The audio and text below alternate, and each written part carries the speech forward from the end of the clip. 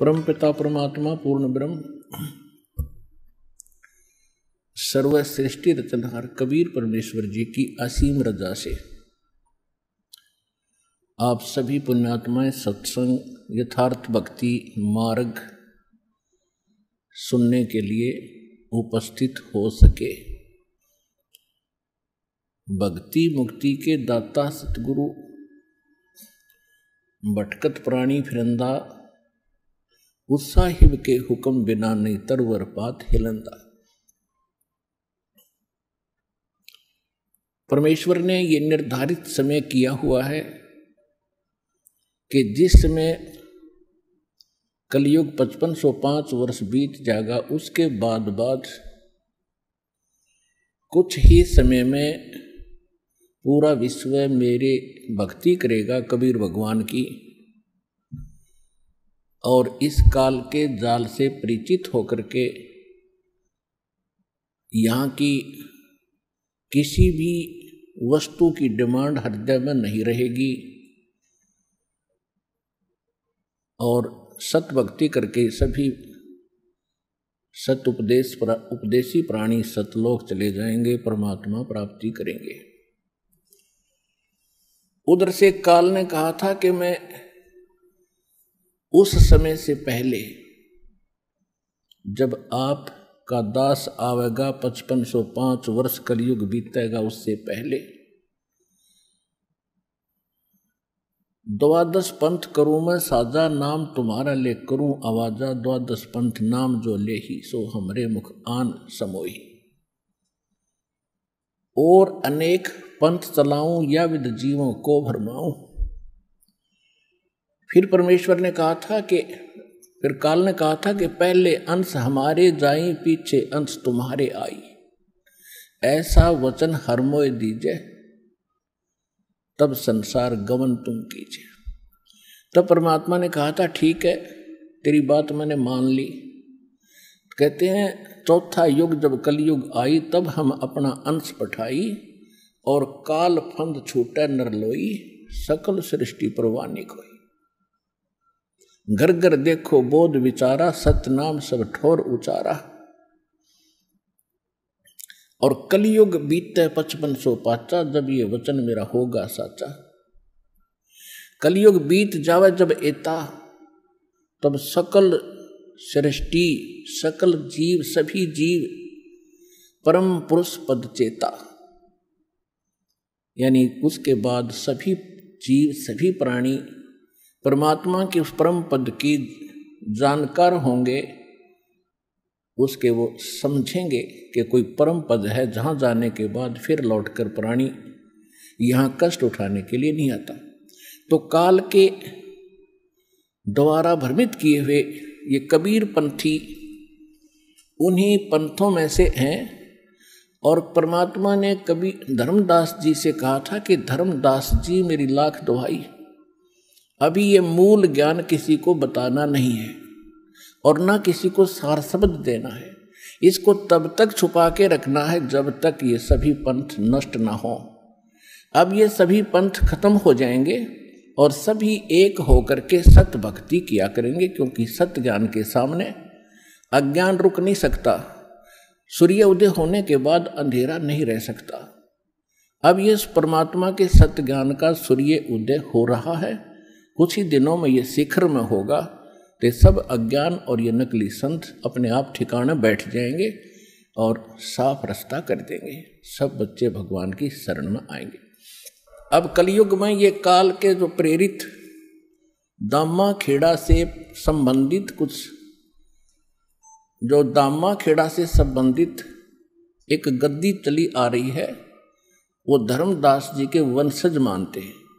उनका सारा इतिहास दास ने क्लियर कर दिया कि परमेश्वर ने कहा था कि जब धर्मदास को कहा था कि तेरी छठी पीढ़ी तक मैं जो मंत्र दे रहा हूं तेरे पुत्र को दूंगा। ये छठी पीढ़ी तक तो प्रथम मंत्र 5 नाम ठीक चलेंगे जो आपको दास देता है। उसके बाद कहा था कि उसके बाद तेरे पंथ कि जो छठी पीढ़ी का होगा छठी पीढ़ी, 5वीं तक ठीक चलेंगे। छठी पीढ़ी को एक टकसारी पंथ, जो काल के पंथों में से 12 में से एक है टकसारी पंथ, उसका प्रवर्तक उस छठी पीढ़ी तेरे वंशज को, छठे पोते को डिस्टर्ब कर देगा और कहेगा कि तुम काल के नाम जाप करते हो 500 इन देवताओं के और बात करते हो सतलोक और सचखंड की। इससे वो भ्रमित हो गया और यही हुआ। उसके बाद उस दामाखेड़ा से संबंधित गद्दी पर यथार्थ भक्ति नहीं रही। अब इनको चिंता बन गई है। दास ने एक यथार्थ कबीर पंथ परिचय बनाकर आपको सौंपा है और आप जिन इसको पढ़ा और अन्य को समझाया और पढ़ाया है, इससे चिंतित होकर के अब दामाखेड़ा वालों ने सच्चाई को छुपाने के लिए एक पुस्तक बनाई है, यथार्थ कबीर पंथ रहस्य। अब कहते नकल में भी अकल की आवश्यकता होती है, वह इनके पास है ही नहीं, ज्ञान वाली बुद्धि। अब देखो इस दास ने एक ये यथार्थ कबीर पंथ परिचय पुस्तक बना के आप जी को दी है और इसको सभी पढ़ रहे हैं और इससे परिचित होकर कबीर पंथी उन नकलियों को छोड़कर यहाँ आ रहे। अब इन्होंने एक ये बनाया है अभी तुरंत, बहुत 2014 में इसका प्रकाशन किया इन्होंने। ये देखो, ये है यथार्थ कबीर पंथ पर रहस्य। प्रकाशक है सदगुरु कबीर धर्मदास साहेब, वंशावली, प्रतिनिधि सभा, कबीर धर्मनगर, दामा खेड़ा, जिला रायपुर, छत्तीसगढ़। और ये छपी है यहाँ से। प्रकाशक है ये वही है प्रकाशक,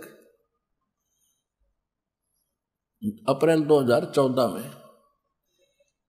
और ये कंप्यूटर कंपोजिंग प्रकाश कुंज, यो है कटोरा तालाब, रायपुर, छत्तीसगढ़ से। अब आपको दिखाऊंगा इनकी कलाबाजी। इन्होंने परमात्मा के ज्ञान को, हमारे ज्ञान को सुनकर ये डिस्टर्ब हो गए, क्यों इनकी तो पोल खोल दी कती। इन्होंने क्या देखो कैसे विचलित हैं ये लोग।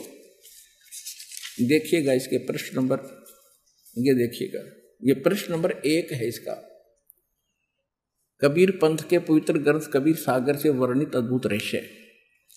धनी धर्मदास साहेब उर्फ जूड़ा वर्ण साहू का जन्म विक्रमी संवत 1452 कार्तिक पूर्णिमा दिन गुरुवार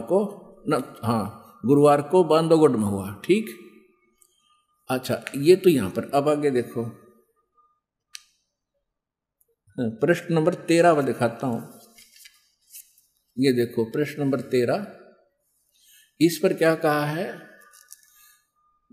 कबीर पंथ के प्रवर्तक धर्मदास साहिब का जन्म कबीर साहिब के 2.5 वर्ष पूर्व अर्थात विक्रमी संवत 1442 ईस्वी सन 1995। अकल है इनकी, अरे देवताओं 1442 और 1995 में। अब और दिखाता हूँ आपको।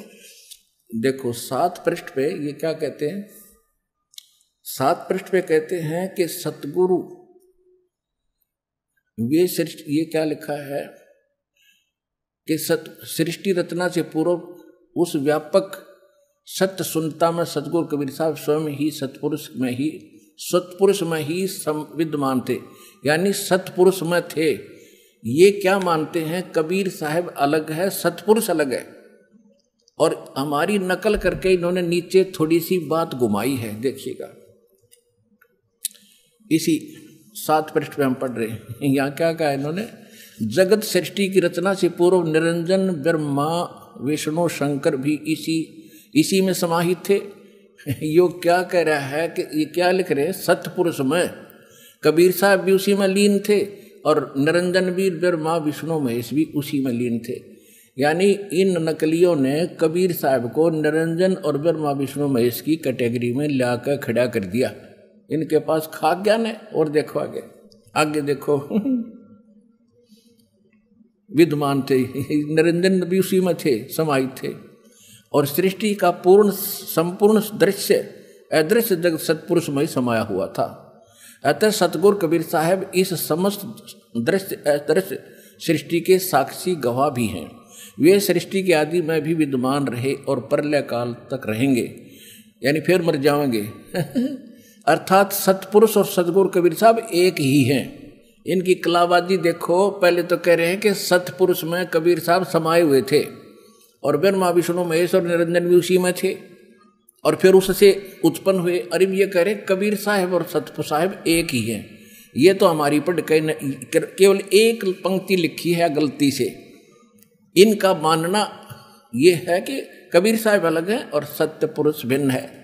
तो यहीं से पता चल जाएगा ये पक्के काल के दूत हैं। इनको कख पता नहीं और 600 वर्ष हो गए दावा करते हैं कि बांधवगढ़ दामा खेड़ा से जो नाम लेगा वो पार होगा। पार नहीं, उसका तो बेड़ा गर्क हो जाएगा। कख नहीं इनके पास, कोई सार नाम नहीं, सार शब्द नहीं इनके पास, सार सत्य नाम नहीं। 500 नाम अटपट कर रहे हैं, वो भी सही नहीं।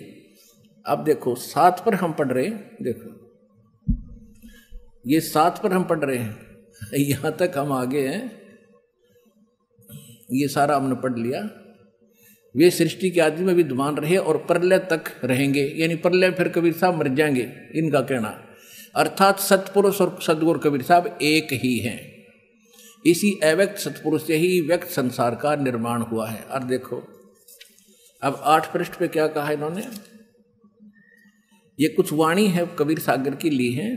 आदि अंत कोई ना बासा, आप ही आप कीन प्रकाशा, साहिब हतो न और नहीं कोई, शिष्य गुरु हते नहीं कोई, तब नहीं तब ब्रह्मा वेद निशानी, ना तब शिव की उत्पानी। ये कबीर साहब की वाणी है, इसका अनुवाद यहाँ कर रहे हैं। अतः सतगुरु कबीर साहब सतलोक काधिपति सतपुरुष के प्रतिनिधि हैं। सतपुरुष का यही पवित्र प्रतिनिधि समस्त संसार में पूर्ण गुरु सतगुरु भी है। पंथ प्रदर्शक भी इसी एकाधिपति सतपुरुष से ही इस सृष्टि की रचना हुई है। देखो यानी सतगुरु कबीर साहब सतलोक के अधिपति सतपुरुष के प्रतिनिधि हैं, सतपुरुष नहीं, परमात्मा नहीं। अब इसी से पता लग जाएगा ये कितने विद्वान हर कैसा इन्होंने भगवान को जाना है। एक प्रधानमंत्री और प्रधानमंत्री का प्रतिनिधि होता, उसका कोई राजनीतिक सलाहकार, छोटा मोटा कोई सेक्रेटरी। प्रधानमंत्री एक कैसे हुआ, तो इसका मतलब इनको कख भी पता नहीं भक्ति मार्ग का। तो पुण्यात्माओं रहम हुआ आपके ऊपर जो पहले आगे मान लेके चलो, और रोएंगे वो भक्त जो बाद में आओगे। ये कोशिश अब भी कर रहे हैं कि इसके माध्यम से सत्य को दबाएं। अब देखो एक और दिखाता हूँ कलाबाजी। अब देखो इन नकलियों ने इस दास के ऊपर कटाक्ष कर रखा है। देखो ये पृष्ठ है 58, इस पे इन्होंने क्या कहा है, बाकी और भी काफी कुछ कहा है। ये कहते हैं, ये सारे बता करके अपन यहाँ कहता है एक तथा कथित करीब कबीर देव का अवतार 3 बार में उपदेश बताता है। अर्थात प्रथम बार में गणेश, ब्रह्मा, सावित्री, लक्ष्मी, विष्णु, शंकर, पार्वती तथा माता शेरावाली का नाम जाप देता है, और दूसरी बार में 2 अक्षर, एक ओम तथा तत् का जाप देता है, और तीसरी बार में सार नाम देता है जो पूर्ण रूप से गुप्त है। इसी प्रकार कबीर पंथी की कोई शाखा ओम सोहम रंकार जाप कर रही है, तो कोई केवल ओम ए शब्द उच्चारण कर रही है, कोई शाखा श्वास को उल्टा करके साधना कर रही है, कान आँख बंद कर रहे हैं। और इनका कहने का भाव ये है कि 3 बार में नाम नहीं दिया जाता। वो एक कथित दास को कह रहे हैं, वो पहले ब्रह्मा विष्णु महेश के मंत्र देता है, फिर 2 अक्षर का देता है, फिर स्वर नाम देता है। ऐसा कुछ नहीं है, ये नकली कह रहे हैं। अब इनकी अब पोल खुल गई, आपको पता चल जाएगा ये फिर क्या बताते हैं। अपने आत्माओं इनने अपनी वास्तविकता आप पर बता दी। ये एक और छाप का ग्रंथ कति ताजा ताजा। अब देखिएगा इसके प्रश्न नंबर 50 पे ये कि कबीर पंथ के 12 पंथों का भेद, इसका ये सारा बताते हुए यहाँ इन्होंने यहाँ 51 पर आगे यहाँ लिखा है कि द्वादश पंथ काल फुरमाना, भूले जीव न जाओ ठिकाना। ये सारा ले लिया नौका ने, बिल्कुल एक्यूरेट। कबीर वाणी चैप्टर से, कबीर सागर से सारा। प्रथम जागू जग में बरमावे, दूसरा स्रोत गोपाल, फिर मूल निरंजन टकसार, और ये बीज की बीजक की वाणी, ये सारा। और देखना है। अब छठवां पंथ सतनामी प्रकाश जीव पंथ, फिर राम कबीर पंथ, फिर आगे 10वां वेद परम धाम की वाणी, फिर साख हमारी निर्णय ठानी साखी। फिर ये है संवत 1775 होई, ता दिन प्रेम प्रगटे जग सोई। ये 74 है, 1774 गलती से प्रिंट है। आज्ञा रह ब्रह्म बोध लावे, कोली चमार सबके घर खावे, साख हमारी ले जीव समझावे, असंग जन्म ठोर नहीं पावे। और बर में पंथ प्रगट हो बानी, शब्द हमारे की निर्णय ठानी, अस्थिर घर का मर्म नहीं पावे, 12 पंथ हम ही को ढावे। और बर में बर है पंथ हम ही चल आवे, और सब पंथ मिटा के एक चलावे। आय हाय। प्रथम चरण कलयुग निर्याना, तब मघर मांडू मैदाना। अब इन्होंने अनुवाद किया इसमें। इतना समय नहीं, आज पूरा नहीं बताऊंगा, तो थोड़ा हिंट दे रहा हूँ। और इनकी आज पोल खोल लेंगे, जो पहले इनका हमने इनकी देही तोड़ रखी है, इनकी धोती सी धो कर रखी है, कति क्लियर कर दिया ये नकली है, इनके पास कख भी नहीं भक्ति मार्ग। इन्होंने फिर आगे अनुवाद करा इसका अपने हिसाब से अड़ंगा करने के लिए, लेकिन इस वाणी का ना करा नहीं किया कि बर में पंथ हम ही चल आवे, और सब पंथ मिटा के एक पंथ चलावे। ये वहां छोड़ दिया, क्योंकि श्रद्धालु केवल अनुवाद पढ़ते हैं, इनके वाणी वो समझ नहीं सकते। इसलिए दास पे कृपा करी परमात्मा ने, ये प्रोजेक्टर और DVD बनवा के कि हाथों हाथ सच्चाई मिलेगी। अरे ये नकली और अच्छी तरह साफ हो जाएंगे। इसमें देखिए अनुवाद किया इन्होंने, 52 पृष्ठ पे पढ़ते हुए आ रहे हैं कि परमात्मा कहते हैं कि बर में पंथ, ये बर में पंथ है प्रेमी, हम ही चल आवे, पर सब पंथ मिट एक ही पंथ चलावे। इसका अर्थ नहीं कर रखा ये सारा। ये देखिएगा, पूरा पूरा देख लो एक बार, पूरा देखो, पढ़ाऊंगा नहीं, एक देख लो इसको। आजकल बड़े सिस्टम है, पीछे पूरा पूरा पेज देखो। इसमें कहीं भी उस अर्थ नहीं दिया इन्होंने जिसमें ये लिखा है कि बर में पंथ हम ही चलावे, उसका कति जिक्र नहीं किया है। तो कहने का भाव ये है पुण्यात्माओं कि इन्होंने अब खलबली मचगी इनका कि इस यथार्थ कबीर पंथ परिचय पुस्तक ने अला के दर दिए, ऐसे गजब के प्रमाण दे रखे, और ये खुद भी मान रहे हैं। इसमें इन्होंने लिखा है कि 13वां 11वां और 17वां इनको काल चलेगा भाई, और उसकी व्याख्या इन्होंने गलत की है अपने अनुयायियों को भरमाने के लिए, उनको भरमाने के लिए उसकी व्याख्या गलत करी है। और जब एक बात बताओ, जब छटाई छल लिया तो फिर आगे कहाँ रही उसमें भक्ति, पहले से डिस्कनेक्ट हो गया, फिर वो तो उससे अगले चलते रहे उसके। तो ये फिर दूसरा इनसे पता चलता है कि कौन सा नाम देते हैं, उसी को सार नाम, उसी को सतनाम बताते हैं। ये कौन से 5 नाम देते हैं, अजर नाम, अमी नाम, अमर नाम, पाताले सब सिंधु नाम, यही हंस का काम, एक पूरी आरती सी घोट रहे हैं। ये सतनाम है और यही सारनाम है इनका। अरे हद कर दी काल में, ये काल के पक्के एजेंट समझ लेना। और इनसे बचकर ही अपना नाम ज्ञान ग्रहण करो, सतनाम ग्रहण करो और अपना पीछा छुटो। एक मीडिया ने हमारे विचार लिए और इन दामा खेड़ा वाले संबंधित कबीरपंथी जितने भी हैं उनके विचार लिए, और दोनों को टीवी चैनल पर आध्यात्मिक ज्ञान चर्चा नाम रखकर दोनों के विचार जनता के रूबरू किए। उसको जानकर बुद्धिमान भक्त अब दौड़े आ रहे हैं, पछता रहे हो गए हुए समय को। उसी आध्यात्मिक ज्ञान चर्चा का आज आपको दोबारा सुनाते हैं उसको, और ध्यानपूर्वक सुनना। अब ये आपको दिखा दिया कि कितना गड़बड़ी करे, और अब सच्चाई आपके अब रूबरू आएगी।